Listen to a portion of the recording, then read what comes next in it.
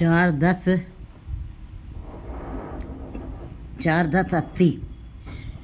मिल सतगुर सब दुख गया, हर सुख वस्या मनाए। अंतर ज्योत प्रगातिया, एक कथिल लाई। जीव संसार में मायावी होकर के जी रहे थे, निर्गुण होकर के जी रहे थे, मनमुख होकर जी रहे थे। और जब जीव अंदर से दुखी, बेचैन, टेंशन और दुविधाओं में जी रहे हों, गुरु जी ने ऐसे जब देखा है जीवों को, तब उन्होंने उन जीवों के लिए गुरु से भेंट की प्रधानता दी कि गुरु करना बहुत ही आवश्यक है। निर्गुण यार यानिया सो प्रभ सदा समाल, जिन किया तिश्चित रख नानक निभई नाल। वह गुरु के पास जाने से ही तुम्हारे मन की दुविधाएं दूर हो सकती हैं। तुम्हारे मन में मैं, मेरी, अहंकार, चुगली, निंदा, साख्ती भाव जो तुम्हारे अंदर बसे हैं, जब तक ये अंदर से दूर नहीं होंगे तब तक परमात्मा से मिलाप नहीं हो सकता है। गुरु जी ने इसीलिए गुरु से भेंट, गुरु से मिलाप, गुरु से के पास जा कर के समर्पण करने की बात को ज़्यादा प्रधानता दी है। गुरु के पास पहुंचकर ही जीव जो है अपनी मंजिल को छू सकता है। मिल सतगुर सब दुख गया, हर सुख वस्या मनाए। जब जीव गुरु के पास आता है, भेंट करता है, मिलाप करता है और गुरु के द्वारा बताए हुए शब्द के साथ उसकी कमाई करता है, उसका श्रम करता है और उनके उपदेशों के ऊपर चलता है, तब सारे उसके दुख दूर हो जाते हैं और हर सुख वस्या मना, हरि के नाम को जपते हुए उसके अंदर सुख बस जाता है। मन आए, उसके मन में परमात्मा का नाम जब बस गया तब सुख ही सुख होता है, आनंद ही आनंद होता है। फिर द्वैत भाव के विचार खत्म हो जाते हैं। जो हमारे अंदर विचार चलते हैं, चुगली, निंदा, ईर्ष्या, द्वेष, अहंकार भाव, मोह, लोभ, अनंत प्रकार के विकार अंदर चलते रहते हैं, जिनके कारण हम जो हैं परमात्मा से हमारा मिलाप नहीं होता है। हम एक कदम निरंकार की तरफ जरूर बढ़ाते हैं, दूसरा कदम संसार की तरफ खिंच जाता है। एक कदम जो परमात्मा का महारथ है उसकी तरफ हम महसूस करते हैं, उसको चखना चाहते हैं, लेकिन दूसरा संसार का बेरस भी हमें खींच लेता है। जबकि वो रस है लेकिन वो बेरस हो जाएगा, और परमात्मा का नाम रस है, महारस है, वो सदा ही रस बना रहेगा। लेकिन जीव दोनों के बीच में ही द्वैत भाव में रह जाता है। इसी कारण गुरु जी ने गुरु की प्रधानता दी कि गुरु के पास आ करके फिर इस जीव को पता चलेगा कि हे जीव, तू एकस चित लाई, एकस बिन सब तंद है, सब मिथ्या मोह माए। एक के साथ तुमको चित्त लगाना पड़ेगा, बाकी सब मिथ्या है, मोह है, धुंध है, जिसके अंदर जीव को ये आँखें होते हुए भी जब धुंध फैली हुई है तो साफ दिखाई नहीं देता है। अंतर ज्योत प्रकाशिया एक सिल्युलाई, कहते हैं जब अंदर परमात्मा की ज्योत सबके अंदर पड़ी हुई है, लेकिन विकारों की बालू से वो ढकी पड़ी हुई है। जब जीव गुरु के पास आता है, गुरु से भेंट करता है, गुरु के शब्द की कमाई करता है, तब अंदर जो ज्योत पड़ी हुई थी वो प्रकाशित होती है। दीपक ते दीपक प्रकाश्या, एक दीपक से गुरु ज्ञान का दीपक है, उसके पास बैठने से एक के साथ दूसरे के अंदर भी वो दीपक, ज्ञान का दीपक जला देता है गुरु। अंतर ज्योत प्रकाश, फिर जीव के अंदर ज्ञान का दीपक जल जाता है, प्रकाश हो जाता है। एक का सिल लुलाए, और प्रकाश हुआ है तो अब उसको समझ में आ गया। अभी तक अज्ञानता का अंधेरा था, उसको इस बात का बोध नहीं था कि मैं किस लिए संसार में आया हूँ, मेरे जीवन का मुद्दा क्या है, मेरे जीवन का लक्ष्य क्या है। लेकिन जब गुरु ने ज्ञान का प्रकाश करवा दिया तब जीव को भी आंखें खुल गई, उसकी तीसरी आंख खुली, उसको समझ में आ गया कि एक लिव लाए, एक के साथ ही अब लिव लगानी है। श्याम सुंदर तज नींद क्यों आवी, कहते हैं परमात्मा के नाम के बगैर हे जीव तुमको नींद कैसे आ सकती है। श्याम सुंदर तज नींद कैसे आ सकती है तुमको। ये सूरदास जी ने भी ये पदा कहा है, कहते कि नहीं, हर के संग बसे हर लोक, श्याम सुंदर तज आन जू चाहते जू कुष्टी तंजोक। कहते हैं जो श्याम सुंदर को छोड़ करके दूसरे की चाहत रखते हैं, संसार की चाहत रखते हैं, वो कैसा रस ले रहे हैं, जैसे कि कोड़ी के शरीर का खून मीठा होता है, लेकिन मीठा ज़रूर होता है क्योंकि मवाद उसकी मीठी होती है, लेकिन अंत में जहर हो जाता है। इसी प्रकार गुरु जी बताए कि संसारिक रस है तो रस है, आनंद है उसके अंदर, लेकिन आखिर में जा कर के अंत की बार लगत कत खारी होत कत खारी, कहते अंत में वो सारे जो मीठे रस थे वो कैसे कसैले हो गए, कैसे जहरीले हो गए। लेकिन पर इसीलिए गुरु जी एक के साथ जुड़ने की बात कर रहे हैं। मिल साधु सुख मुख उजला गुरमुख लिखिया पाए, कहते हैं मिल साधुओं के साथ बैठकर ही तुम्हारा मुख उज्जवल होगा। जिन्नी नाम ते आया गए मशक्कत का हाल, उन्हीं का श्रम स्वीकार होगा, कबूल होगा, उनकी कमाई उनकी मेहनत स्वीकार की जाएगी। जिन्होंने गुरु के साथ मिल करके नाम को जपा है उनके मुख उज्जवल हो जाएंगे और उनका श्रम ही कबूल किया जाएगा, और उनके साथ साथ जो और जीव भी उनके साथ लगे होंगे वे भी मुक्त हो जाएंगे। मिल साधु मुख उज्जला पूरब लिखा पाए, लेकिन सबके मुख उज्जवल नहीं होंगे जिनके पूरब संजोग होंगे। पूरब क्या है, पूरब जन्म क्या है, पूरब समय क्या है, पूरब लेख क्या है, जो आपने 1 साल पहले किया है, जो आपने 50 साल पहले किया, या जो आपने 1 घंटे पहले किया, या आपने 1 मिनट पहले जो भी किया, अच्छा या बुरा कर्म, वही आपका पूरब बन जाता है, पूरब जन्म बन जाता है।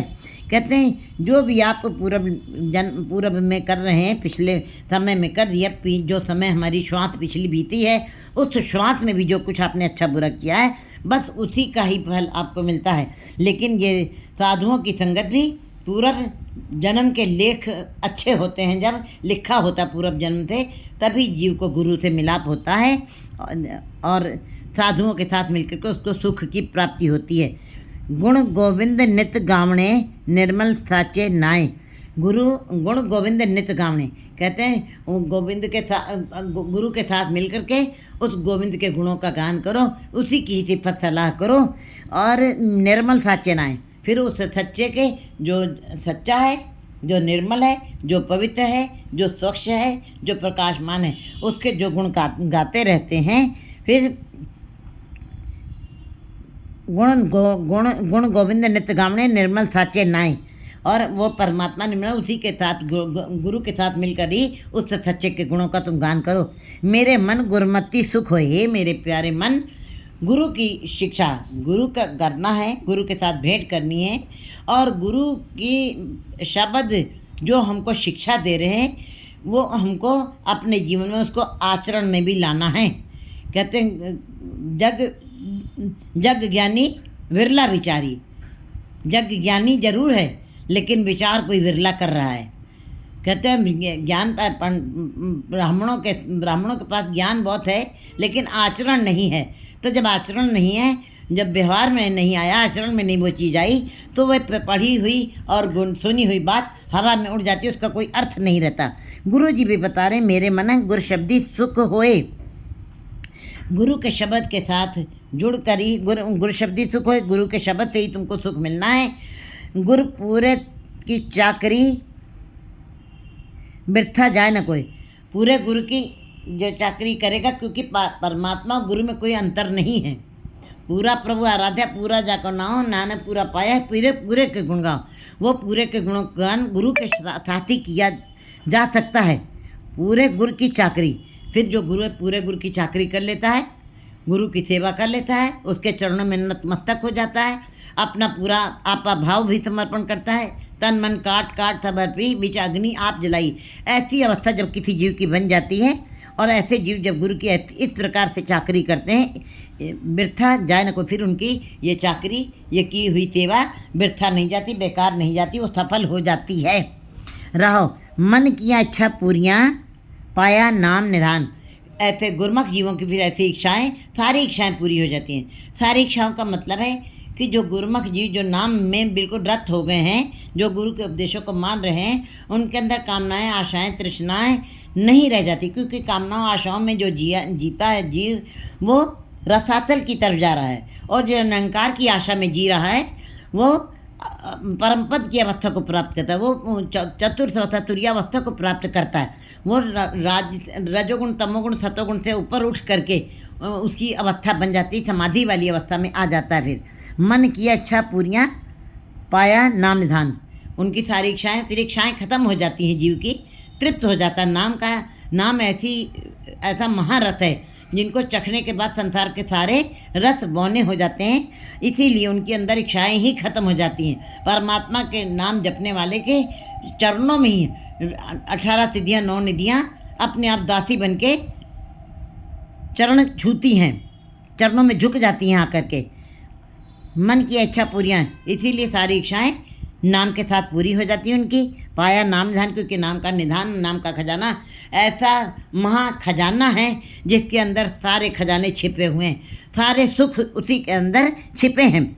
अंतर्जामी सदा संग करने हार पछाण, कहते हैं वो अंतर्जामी मान जो तुम्हारे अंदर की जानता, घट घट के अंतर की जानत, भले बुरे की पी पहचानत। वो तो अंतर्जामी, वो तो सबके हृदय की बात जानता है। हम माँ बाप भाई बहनों से बातें छुपा सकते हैं, संसार से बातें छुपा सकते हैं अपने अंदर की, लेकिन परमात्मा तो तुम्हारे अंदर की भी जानता है कि तुम्हारे अंदर कैसे विचार चल रहे हैं।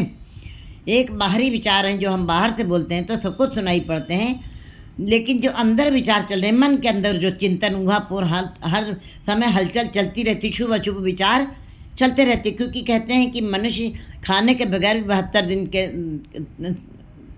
से ज़्यादा रह सकता है, पानी के बगैर भी 8-10 दिन के लिए रह सकता है, और श्वासों के बगैर भी लोग अपनी श्वासों को भी रोक लेते हैं योगासन के द्वारा, कुछ समय के लिए रोका जा सकता है। लेकिन इंसान आशाओं के बगैर नहीं रह सकता।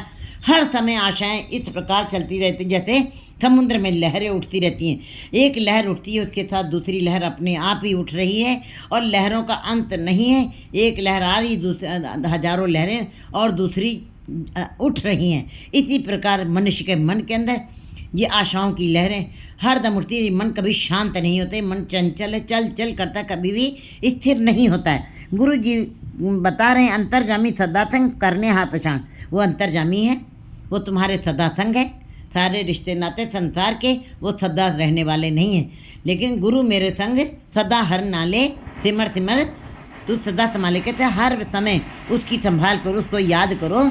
वो करने हाथ पछाण, वो करने हाथ, उसने तुम्हारी रचना की है, उसने सृष्टि को बनाया भी है, और उसी की पहचान करनी चाहिए जिसने ये सारी सृष्टि को बनाया, जो संभाल कर रहा है, जो जिसकी मर्यादा सब काम कर रही है। हे जी, तुम उसी का बोध रखो, उसी का ज्ञान इकट्ठा करो, उसी की समझ तुमको आनी चाहिए।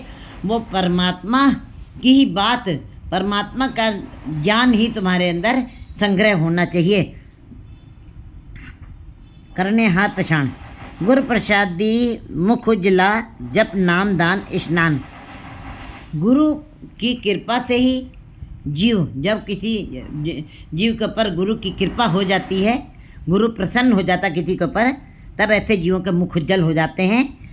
आप जप नाम दान स्नान, क्योंकि गुरु जो है नाम का जाप करवाता है, शब्द का जाप करवाता है, और नाम दान स्नान, और ऐसा जाप करवाता है कि जीव फिर नाम का ही दान करता है, नाम का ही जप करता है, नाम का ही स्नान करना है, नाम के सरोवर में ही, अमृत सरोवर में ही स्नान करता है।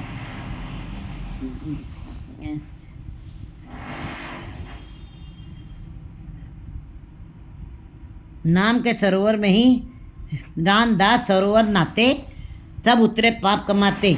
कहते फिर जीव के लिए वो हरि का नाम ही रामदास सरोवर बन जाता है, और उसी में वो डुबकी लगाता है। ठीक है, सरोवर में स्नान करना चाहिए, लेकिन नाम का सरोवर, इसीलिए जहाँ जहाँ गुरुद्वारे बने वहाँ वहाँ नाम के सरोवर भी बने, और उधर वाणी के भी सरोवर बह रहे हैं, वाणी के भी झरने बह रहे हैं। पहले जल के सरोवर में हे जीव स्नान कर लो, शरीर पवित्र हो जाए, फिर तुमको नाम के सरोवर में भी डुबकी लगानी पड़ेगी। जब ऐसे जीव फिर नाम के सरोवर में कैसे डुबकी लगाएंगे? जब गुरु के साथ जुड़ेंगे। गुरु जो है, गुरु की कृपा जब हो जाएगी, तब जीव नाम दान स्नान।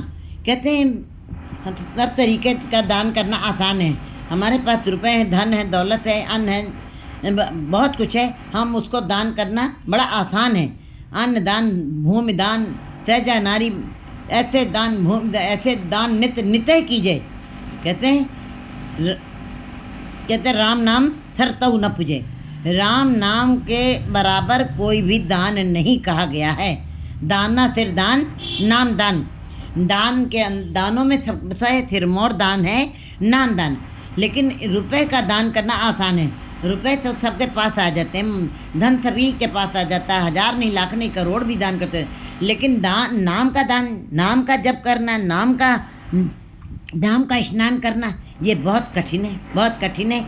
किस प्रकार प्राप्त होगा? गुरु के द्वारा ही हो। गुरु की कृपा से ही नाम का दान मिलेगा, गुरु की कृपा से नाम का जप मिलेगा, गुरु की कृपा से ही नाम के सरोवर में तुम डुबकी लगाओगे और फिर नाम का दान तुम कर सकोगे। जब हमारी झोली में नाम होगा, जब हमारे अंदर उसका संग्रह होगा, तभी तो हम किसी को दान कर सकते हैं। जब हमारे पास वो राशि नहीं है, हम किसको क्या बांट सकते हैं?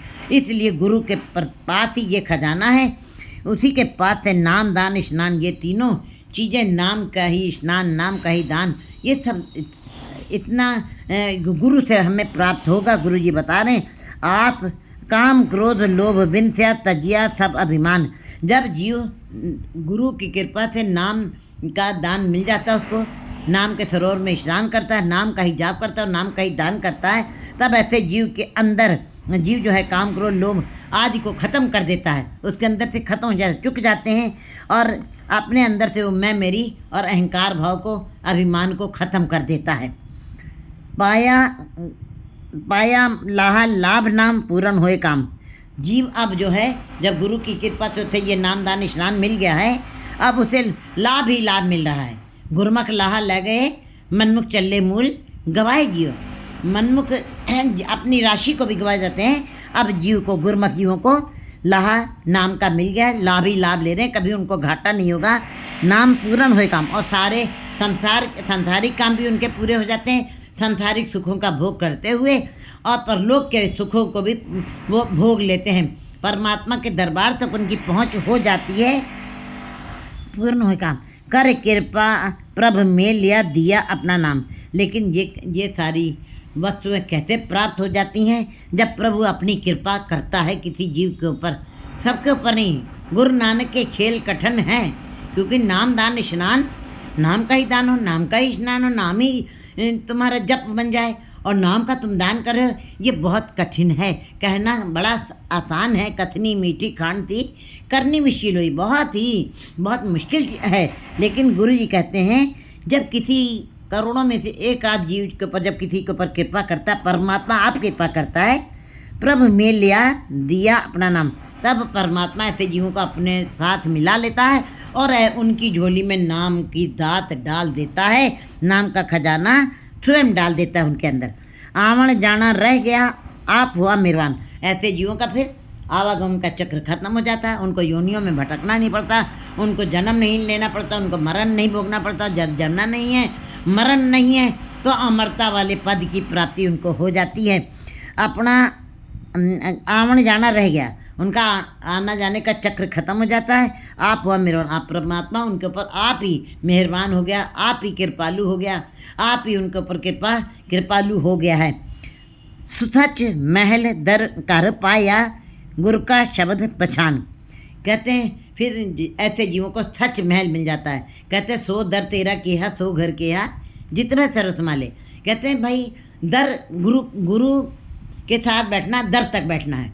लेकिन जब गुरु के शब्द के साथ जब जी जुड़ गया, तब वो घर तक भी पहुँच जाता है। और घर तक पहुँचा तो सो पुरख को भी वो पाल लेता है। सो पुरख निरंजन, हर पुरख निरंजन, हर अगमा पर जो अगम था, जो अपार था, वो फिर ऐसे गुरुमुख जी प्राप्त कर लेते हैं सच महलों को, जहाँ पे परमात्मा ऊंच महल जाके ऊंच द्वारे, सुख महल जाके ऊंच द्वारे, उन ऊंचे महलों में जाके, उन सुख वाले महलों में जो बिल्कुल रहस्यमयी हैं, जो हमें दिखाई नहीं देते हैं, वो अदृश्य हैं, जहाँ पे हमारा परमात्मा स्वयं बस रहा है, उन महलों के अंदर उनको वास मिल जाता है।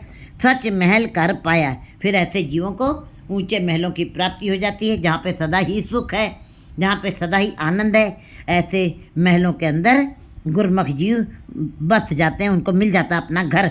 गुरु का शब्द पहचान, गुरु के शब्द की पहचान की है उन्होंने, गुरु के शब्द को बोध हुआ है और गुरु के शब्द की कमाई करने के बाद उनको पता लग गया है कि ऊंचे महलों को कैसे प्राप्त किया जाता है जहाँ पे सदा के लिए सुख हैं। यह संसार के महलों की बात नहीं हो रही, संसार के महलों वाले जीव तो बड़े दुखी हैं, उनके अंदर तो दुख है, बेचैनी है, टेंशन है, लेकिन जहाँ पे परमात्मा बस रहा है, जहाँ पे सदा ही सुख है, तामे वास्ते भगत प्यारे, वहाँ पे भक्त जन बसते हैं, वहाँ पे गुरमुख जन बसते हैं। भगत जना को रखदा अपनी कृपा तार, भक्तों को जैसे पिता अपने बच्चे की प्रतिपालना स्वयं करता है, उंगली पकड़ के चलाना सिखाता है, उसकी पढ़ाई लिखाई, उसके यहाँ तक कि सारे कार्य व्यवहारों का फर्ज स्वयं अदा करता है, पिता बड़े प्रेम से अदा करता है। इसी प्रकार परमात्मा अपने भक्तजनों को, परमात्मा के बच्चे कौन हैं? संसार में जीवों को परमात्मा ने भेजा, सारे जीव उसके भक्त उसके नहीं हैं प्यारे, भक्त जन ही उनके प्यारे हैं, संत जन ही उनके प्यारे हैं।